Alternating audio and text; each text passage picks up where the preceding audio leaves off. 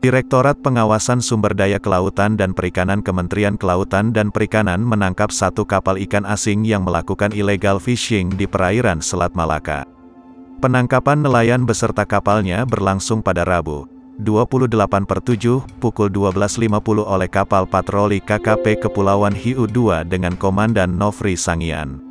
Aksi kejar-kejaran antara kapal milik Kementerian Kelautan dan Perikanan dengan kapal ikan asing berbendera Malaysia ini terjadi di sekitar landas kontinen Selat Malaka.